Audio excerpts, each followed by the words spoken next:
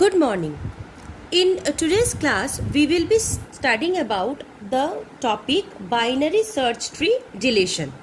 Now, in the earlier class, we have studied about how to insert any element in a binary search tree. That is, we have studied the BST insertion algorithm, and we have studied that how to search for a particular element in a binary search tree. That is, we have studied the BST search algorithm. So in the last class, we have studied the BST search pseudocode and the BST insertion pseudocode. Now in today's class, we will be studying about the topic BST deletion pseudocode or BST deletion algorithm. Now, before starting that, we need to keep in mind that for deleting any node, we must keep in mind the property of the binary search tree. And the property says that given any node x, all elements to the left of x will be lesser than the value of x, and all elements to the right of x will be greater than the value of x. So while deletion also, while choosing the element for deletion, we should always keep in mind that after deletion also this property should hold. That is, this property of binary search tree, which is the basic criteria or the basic condition for creating any binary search tree, this property should also hold after deleting or while deleting any particular node from a binary search tree. Now, for a binary search tree, three cases of deletion can occur. The first case is that we can delete a node, or we are trying to delete a node which is a leaf node. That is a node which is as the last level. These nodes are called the leaf nodes. So any such node we are trying to delete. So we are trying to delete a leaf node which doesn't have any more children. So this is case 1. What can be case 2? Case 2 can be that we are trying to delete a node which is an internal node and which has only one child. Right? And case 3 can be we are trying to delete a node which is an internal node and which has 2 child. That is the maximum capacity of a binary search tree. Right? So these 3 cases of a binary search tree can be there. Case 1 is we are trying to delete a leaf node. Case 2 is we are trying to delete a node with only one child. And case 3 is we are trying to delete a node with 2 children. Now we will study this each and every deletion concepts for this each and every case step by step. Now let us study about this case 1. Suppose case 1 is delete a leaf node. Suppose there are 4 leaf nodes for this example of our binary search tree, and among these 4 nodes, suppose I want to delete the node 0. So it is a leaf node. So the first case is delete a leaf node. Now when we are trying to delete a leaf node, the basic criteria is it does not have any more children associated with it or a child associated with it. So we will simply remove the link from the parent to the leaf node. Right? So the link from the parent of the node we are trying to delete. This is the leaf node we are trying to delete and this is the parent node. So we will simply remove this link or the pointer. So if I remove this link or the pointer, my tree will be like this, where from 1 no more there is no more link to the leaf node 0. So the leaf node 0 has been deleted, and the tree that remains after removing the leaf node 0 is this tree. Okay. So suppose if we would have wanted to remove the leaf node 6, suppose, then our tree would have been like this. The rest would have been as it is, and simply we would have removed the link between the node 6 and the parent of 6. So this would have been the case if we would have tried to delete the node 6, and this is the case when we are trying to delete the node 0. So this is the case of a deletion of a leaf node. Now suppose we have case 2. Now what does this case 2 say? Case 2 say that we want to delete a node with only one child. So suppose if we take this as an example, there is a node 1 with only one child. This is the node which has only one child. Whereas this node has two child. These two are leaf nodes. This is also the root with two child. So internal node with only one child. This is the example, and node 1 is that particular node. So the rule says that we replace the node we want to delete with its only child. So suppose if I want to delete the node with only one child, suppose if I want to delete 1, so 1 will definitely be deleted, and in place of 1, its only child will come and take over. So its only child is 2, so 2 will come and take over the place of 1.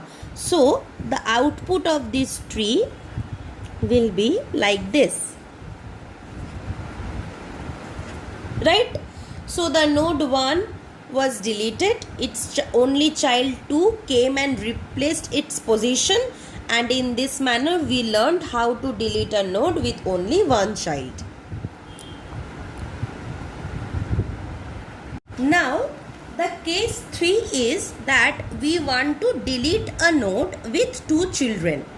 Suppose in the last step where we deleted a node with only one child, suppose after that our tree looks something like this, right?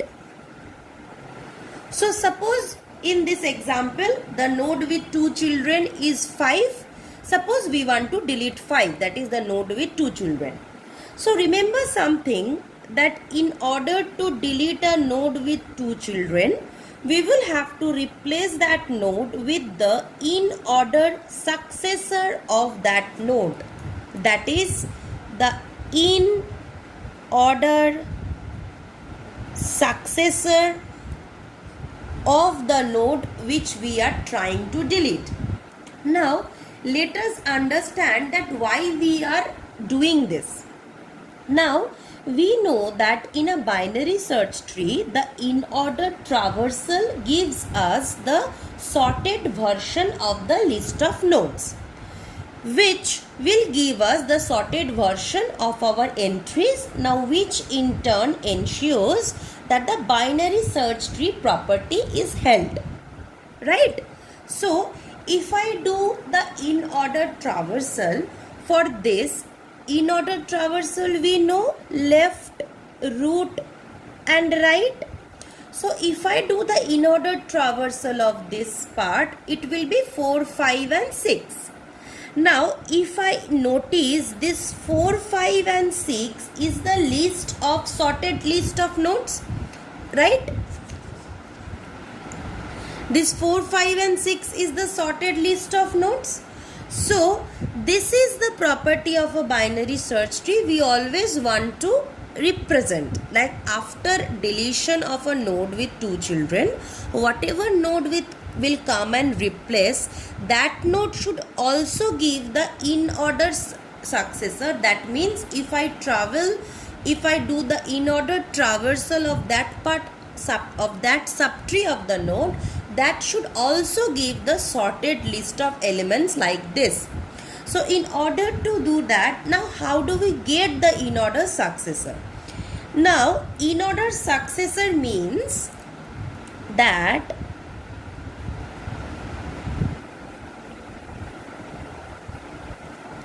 we will be replacing the node with the leftmost element of the right subtree. The node we want to delete, that is in our case the node 5 we want to delete. So we will be replacing 5 with the leftmost element of the right subtree. Now if you notice at 5, the right subtree of 5 is this portion. This is the left portion of 5 and this is the right portion of 5. Now in this right subtree of 5, we will look at the leftmost element. Now since this right subtree of 5 for this example holds only 6, so there is no issue in choosing the leftmost element. Suppose from 6 we have 2 branches, from there we had 2 branches, and from here we had 2 branches like this. Then in the right subtree part of the node we are trying to delete, we would have searched for the leftmost element. But for this example, since 6 is the only element, so in the right subtree we have the element 6 and we will be replacing 5 with 6. Now for replacing 5 with 6, we mean that simply 5 will be deleted and we will take the pointer from 3 to point at 6. And whatever was the left child of 5 will be now the left child of 6. Right? So, if I redraw our tree, it will look something like 3 will point to 6 and whatever was the left child of 5 will be the left child of 4. Right? So, this is the concept about the 3 cases, that is case 1 for deleting a leaf node, case 2 deleting a node with only 1 child, and case 3 deleting a node with 2 child. For deleting a node with 2 child, whatever node we choose, we will look at the in-order successor of the node. And by in-order successor, we mean that the node we choose to delete, we will go to the right subtree of that node, and among the right subtree part, we will look at the leftmost element. And whatever element we are getting, we will be replacing the node we want to delete with that node. And whatever left child the deleted node has will become the left child of the newly replaced node, and whatever right child the deleted node had will become the right child of the newly replaced node. Now in our case, 6 had no right child, so there is no right child from 6. If there is some right child, if there was any right child from 6, we would have implemented, or we would have included this right child from 6. So this was all about the 3 cases about the binary search tree deletion.